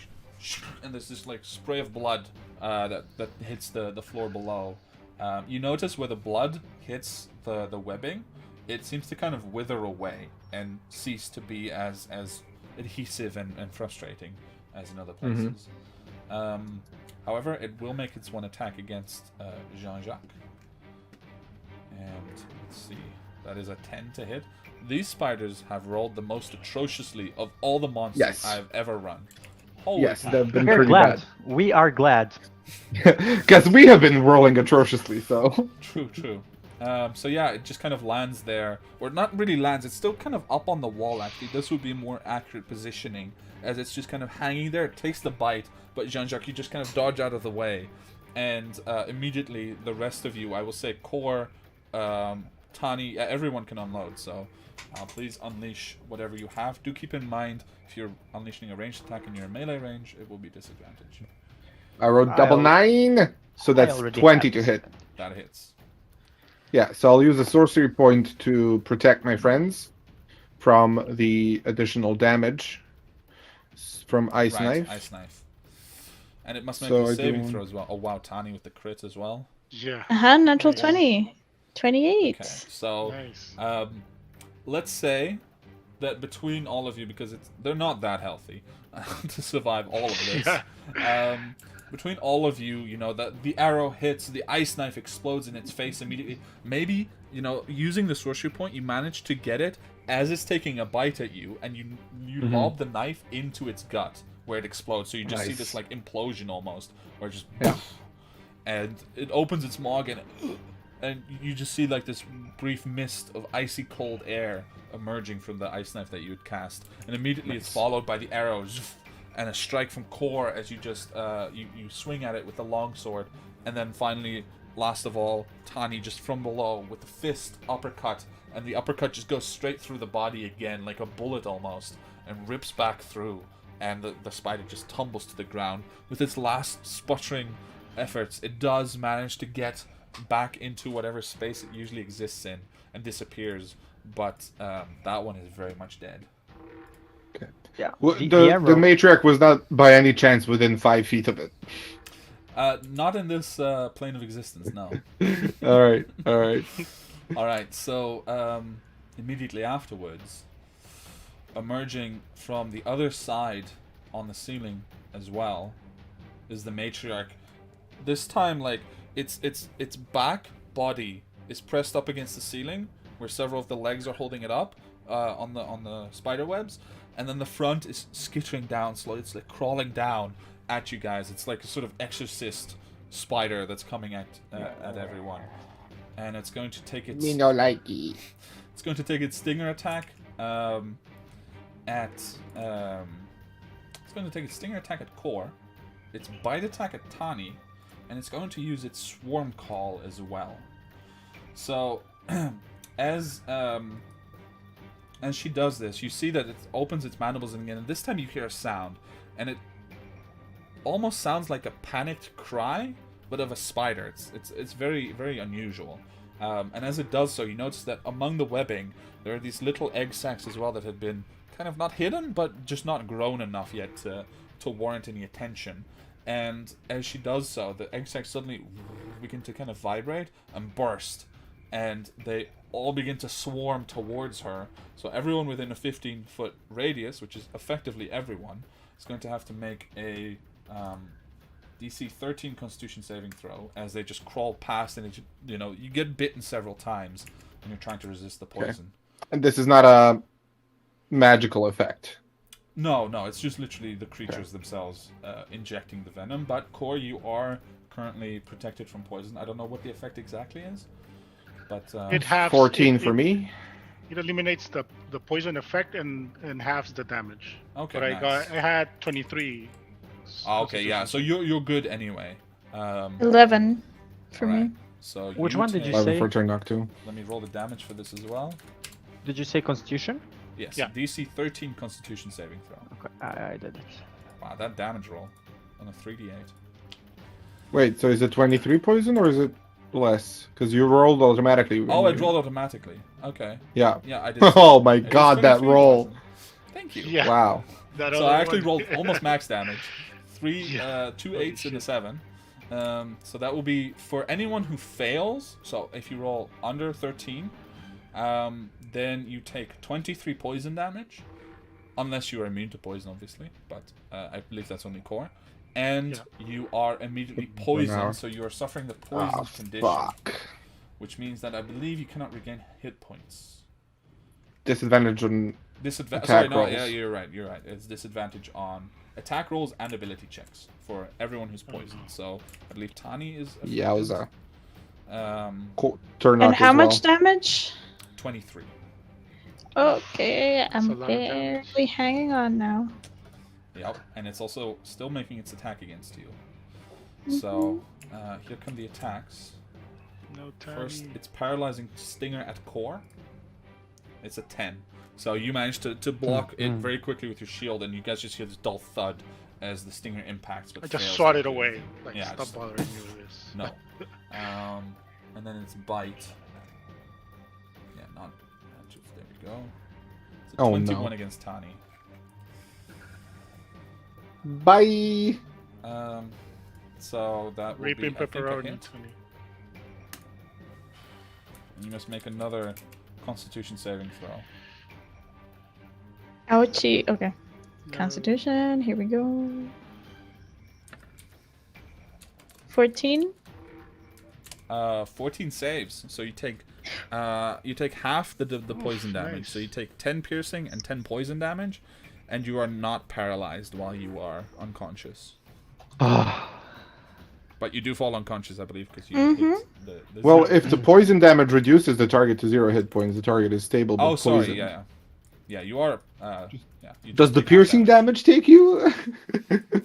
No, it is a poison. So And you guys- also sorry. half work, so back to 1. Yes. Ooh, relentless endurance. Relentless endurance. Anything it knocks you out, and then in that moment, your half orc background, your blood surges forward, and it's a bit unsettling for you because it's the same sort of rage feeling that you had when you were afflicted by the gloves, but it's more natural. It feels more like a part of you, and in that moment you just flex your muscles. And I like to imagine that maybe like it bit you, and you flex your muscle on the shoulder, and you literally by flexing it you just push out the poison. So Tani stays alive or stays awake on 1 hit point. Core avoids the attack, and Does that racial, like, you drop to 0 and then heal to 1? Yeah. Because even if she's healed, she's still Yeah. poisoned and paralyzed. Yeah, whenever I drop to 0, it automatically goes up to 1. let me see. Now you awaken again. Relentless endurance. That will be in the wording. It's one of the When interesting you are reduced to 0 skills. hit points but not killed outright, you can drop to 1 hit point instead. So you don't actually ever drop to 0 hit points. Oh, okay. Yeah. There you go. Not That's paralyzed. Nice. So not Perfect. paralyzed. Clutch. Good. Through Half pure orc, bro. force of will of the half orcish race, you manage to stay on your feet and Just nope. and continue on a little longer. All right, so now she's completely there, vulnerable and exposed. Core, it's your turn. Okay. I'll actually use lay on hands on Tani, and heal her up for 30. Okay, yeah, you can Points. because the spider's still on the wall, so you can actually move like underneath it and reach out and grab her. And you give Yeah. her, you said 40 hit points? 30. 30. Okay. Can that? Oh, never mind. And it also cures you of poison, I believe. Oh no, you have to. No, you need to specifically choose, spend right? specifically. Yes. Yeah, my bad. So still poison, but some hit points back, Tani. So with your action core, you briefly grab Tani, and you guys all see this silvery glow come from his hand as Tani, you feel the kind of weight and pain lift from your shoulders. Thank you. All right, Core, I believe that's the end of your turn, correct? Yeah. All right, Barnack. Okay. As a bonus action, I will also like to designate this prime, whatever you called it. What did you call it? Phase? No, prime. Matriarch, right. That was what I was thinking about. As my prey. As Okay. my slayer's prey. So I would like to attack it now Yeah. with every fiber of my body. All right. Well, with my elbow. So even though it looks like you're really close to it, you are actually outside of its immediate 5-foot range, so you can attack normally. With advantage then, because With my advantage elbow then, is yes. still in a... Yeah. Yeah. Perfect. And that is in total 18 minus 5. Yeah. 18 minus 5, or that's already... No. In total 18 Okay. with minus 5. 18 minus- just hits. Barnack is Nice. outraged. So that is one more d6, and where's my d8? Here it is. Okay, that's 2 6. That sounded so nice. All of those dice just Yeah. fall. It's always nice when you can roll like Yeah. 10 dice. Yeah. Okay, so this is 22, 26, and 4, 30, and 10, 40 damage. 40 damage from one attack. The ranger is unleashed. As Barnack just looks up. Your sworn enemy is right there. You feel the draw of the bow, like it's willing you to attack, and then you also designated your prey, and there's no way that you could possibly miss this creature, could you? Yeah, hopefully. So go ahead with And- your second attack. Yeah, the other one, yeah, I'll just attack. No, it's fine. I was going to use a silver arrow for it, but I only have a few of them, so no. No, that's expensive. The other one is 19 in total then. That also One hits. more. Yeah. It's going to be the end of the campaign, and you're still going to have those silver arrows because it's too expensive to use them. Wait, one thing though. Yeah. I don't get another D6 Yeah, the for Slayer's this. Prey Slayer's doesn't Prey is, yeah. apply. You're rolling for the hunter's mark as well, right? Yes. So this is 22 this time. Wow. And 4, 26, and 10, 36. 36. Hot diggity damn. Damn. A flurry of 2 super swift arrows, and they just find perfectly their way. You know, you've been watching this thing. Every time that it was visible, you've seen exactly the spots where its skin looks just a little bit less hale, a little bit less thick, or where there are scars, and twice you fire into one of those weak spots, and you see the creature, just this enormous spider, start to kind of pull back. You can definitely tell from its movements that it's in agony, but whatever sounds it's making seems to be on a range that it cannot express to you. But it definitely is in very much pain and very hurt. And that brings us to on this. Kill it, Jean-Jacques. Alright. Jean-Jacques, Yeah. it's your turn. So, as once again Jean-Jacques starts to trace the similar patterns, I almost imagine, like, because of the force being unleashed, his winter cape kind of just blows over, and the mage's robes extend, and the visage of the Storm King appears for a mere moment, and it takes 3 thunder damage Okay. before he jumps back 10 feet, Yeah. and while in the air, just Kamehamehas it in the fucking face. Okay. So, lightning bolt. That will be another dex save, I believe. Yes. That's a 10, so that fails. You dropped a die, didn't you? I did. So 10, 15, 20, 2, 4, 7. 27 points of damage. Wow. So as you fly back, and it in a futile effort, it like tries to strike at you with one of its very long legs as you fly away. No chance whatsoever, as you just immediately, you know, everything kind of glowing. Indeed, you're being lit by the lightning from below, and you kind of constrain it in your hands for a moment as you fly back, and then just unleash this blast of energy. It shoots through the spider. It also shoots through part of the roof as it just blasts outside, and there's just this kind of explosion as part of the debris falls to the ground, both inside and outside. You've wounded it severely. It is literally, you know, it's doing that thing that Shelob did when she was very hurt in the Lord of the Rings. You know, she's kind of trying to find its footing, but it's just not working the way that it wants to. And that brings us to Turnok. Alright, so Turnok just looks up at it, and the sword, I feel like, almost goes into blur as he does his fighting spirit to gain advantage on the attack. Alright. So So I like to imagine, actually, because you were conjuring this lightning, right, and it kind of created this airflow, and as he takes the fighting spirit and he centers himself, that same air suddenly just flows over to him and begins to swirl around him, and he just goes full ham on the spider matriarch. So, first attack. Damn it. 21? That hits. That will be 6 plus 4, 10 points of damage. Alright. How does Turnok do this? I like to imagine that, you know, being paralyzed previously, but also being a samurai, right? He wouldn't, like, I feel like, fly into a rage or anything. He probably finds his inner peace at that point and just starts with meticulous precision dismembering this thing. Alright. And just one leg at a time, just in swift motions.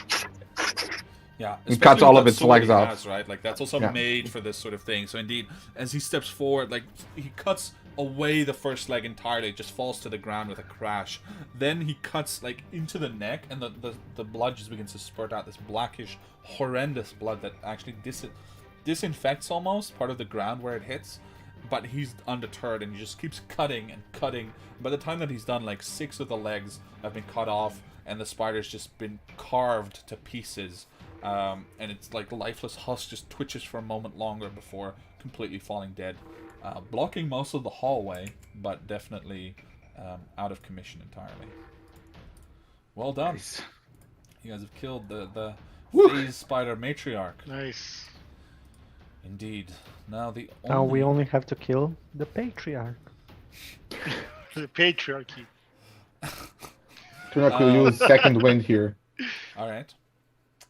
So yeah, you guys can take a moment to breathe and recover. You took some heavy hits in there, but you know, you had good teamwork, and it was a narrow fight, especially in these corridors, so you're able to utilize yourselves to the maximum. Now, as silence falls again, and you become very quickly aware, you know, as the adrenaline begins to wear off, of just how cold it is in here, and how you're essentially just outside. There's no difference really anymore. Your attention is again drawn to that dark purple curtain that hangs at the end of the hallway.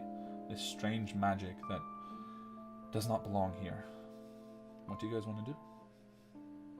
I want to touch it. No, I'm kidding. I don't. I don't.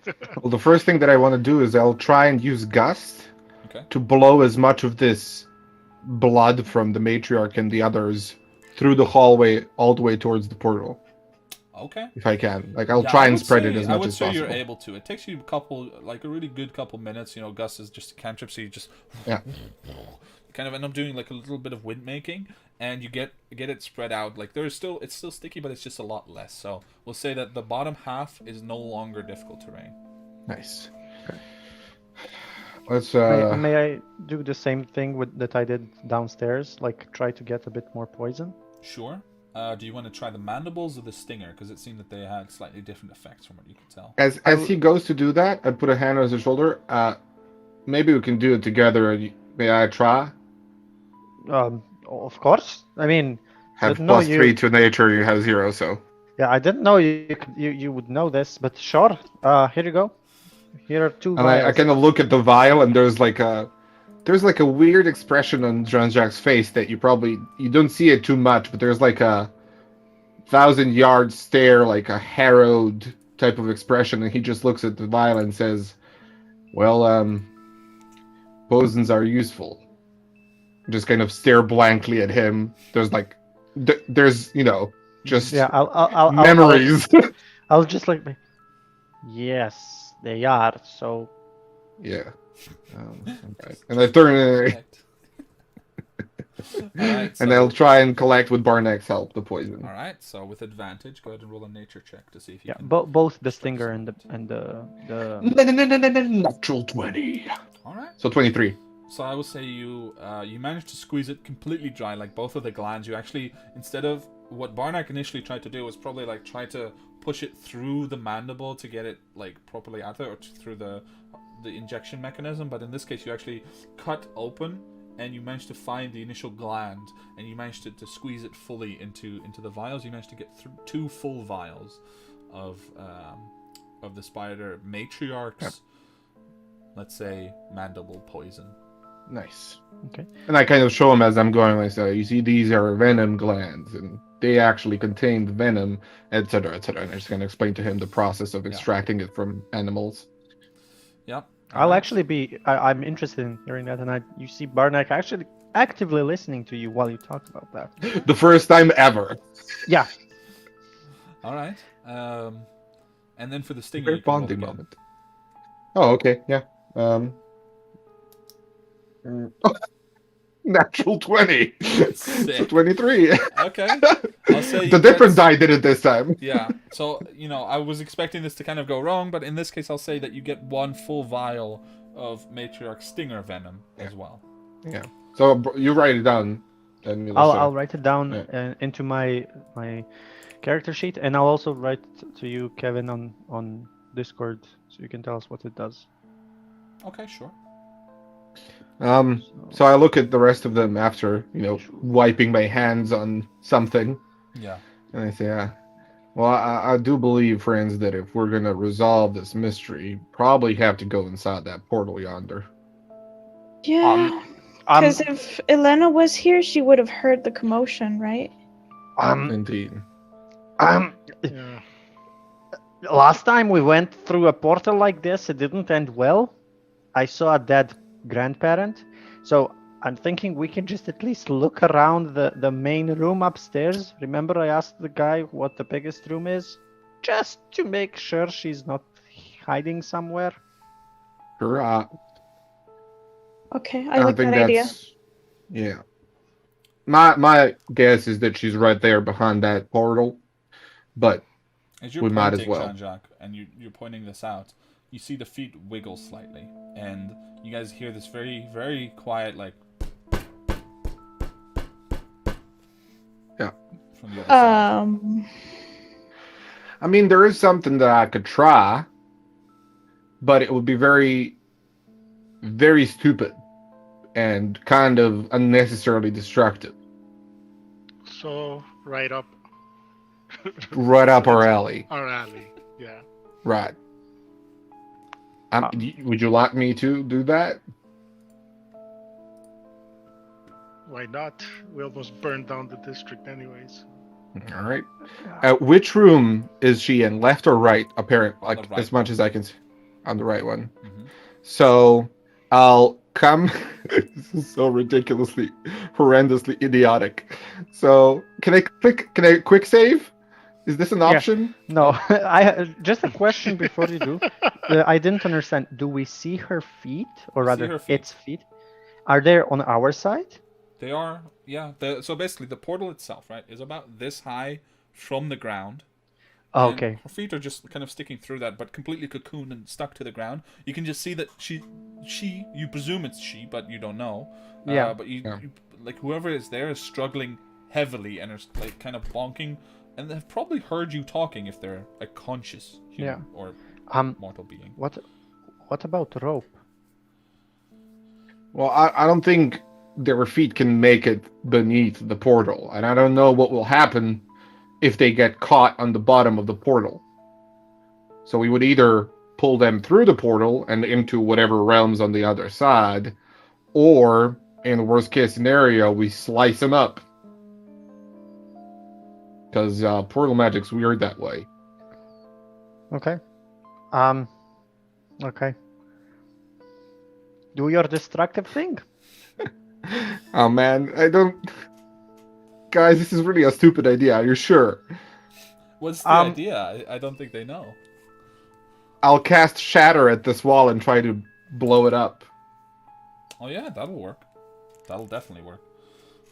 But I feel like if I don't aim it well, I'll blow them up too. That is very possible, yeah.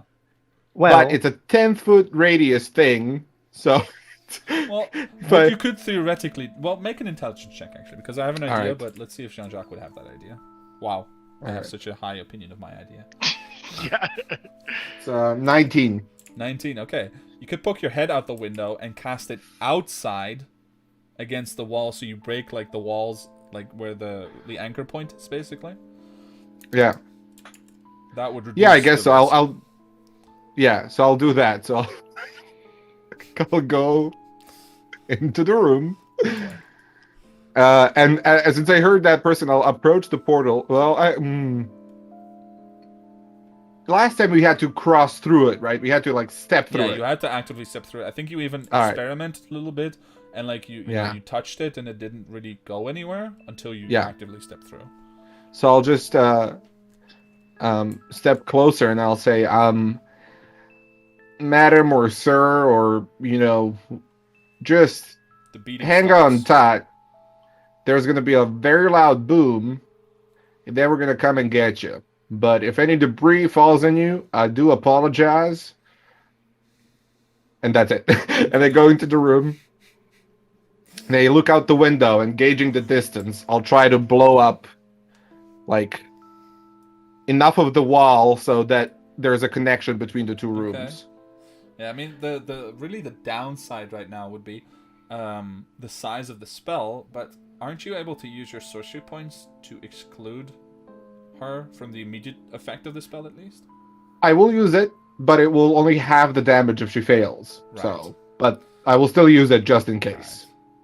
So looking at the range here, you'd probably want to kind of actually center it on the wall, on the outskirts of the grounds. Yeah. You have to essentially destroy that as well in order to Fuck it. to grab this one. Like it's only. Yeah, as I'm looking out the window, can I see any of the like people? No, that because were that's outside? all the way on the other side. That was on the left Alright. side. From here, So- you can just see the apartment with the candle lit in it, and you see a Yeah. small figure standing in the window like a silhouette. But that's Yeah. So as I'm casting the spell, I'll just say fire in the hall. That's it. Okay. All right. I won't even make you roll damage. I think this would work. But let's see about her. Okay. It's a 19 con save. No, that's okay. Because you're not actually she's not in the immediate blast range. This is more Yeah. the debris that might hit or not hit her. Yeah. So as you cast it, Shatter is a very loud spell first and foremost. So there's definitely a kind of commotion out in the streets, and you watch as the debris kind of clears, and you see you've definitely blasted a great big hole. You're gonna have to kind of squeeze through. It's gonna be kind of uncertain, but you can get into the next chamber. But you also hear shouting, and you see several black hats appear and just kind of looking like, "What happened?" So what they see, because I can do this after I cast the spell, I just fly to 10 feet into the other room. True. And I just say out loud, don't you worry yourselves, it's just pest control, all good. Okay. They have some kind of talk, but they don't respond to you again. So you just kind of float into the next chamber, and you see there lies the now conscious but paralyzed form of a very, very well-dressed wizard, or professor, actually, of the Bosworth Academy. So you see her there, and she's partially wrapped up to about the waist, but she seems to have been able to drag herself or push herself or throw herself into here before anything happened. And in that moment, she was presumably already paralyzed or in the process of being paralyzed, and she's just been paralyzed ever since. So you just see her lying there, and she just regained use of one of her hands, which is the one that she was banging the ground with. And now that you appear, you just see her eyes kind of dart towards you, and she's just boom, boom, boom, boom. Yeah. All right. I see you've regained a portion of your control. If you are opposed to myself picking you up, bang twice. If you're not, bang once. I have a friend that might be able to take care of the paralysis. You see her thinking, and she just bangs once.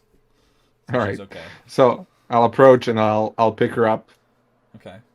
It's. I mean, I have 10 strength, 11 strength. I don't know if I need to roll. I won't make you roll. I'm just gonna say it's probably not as effortless as you hoped it would be, and you kind of get a glare from her as you grunt a little bit, like she's heavy, and she just looks at you like. I just smile at her and say, threw my back in the fight earlier, ma'am. And just kind of start walking towards the gap. And I yell out, Core! Alright. And you respond. Will you come over here, Core? Sure, and I'll go there. Okay. Yeah. So And I'm like, Corey, you're probably gonna have to leapfrog the hole, but I won't make you roll for that because it's only about 5 feet across.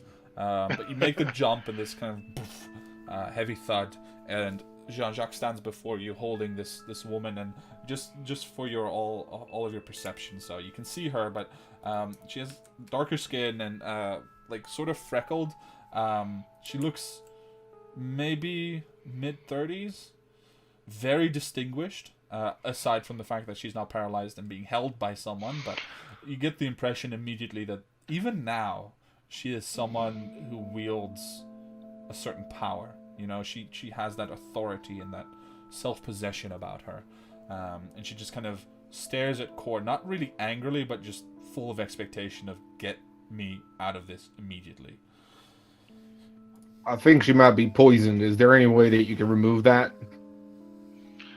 Well, also, there's one bed right next to me. Is that bed did it survive? Actually, everything back here, yeah, I would say that bed mostly survived. There's some debris on it, but also surprisingly, there are no spider webs back here. Okay. Well, I kind of I try to. I don't know. I look at Cora and I say, could you just clear some of this debris here so we can lay the ma'am on the bed? So clean up, put her on the bed. Put her in her bed. Right. And then cast protection from poison. All right. Well, you don't actually have to expend a spell slot. If you still have lay on hands, you can expend 5 points of your lay on hands to cure 1 poison disease or. Oh yeah, I have exactly 5 points left. Nice. So yeah, you can use that. It's your choice, basically. Yeah.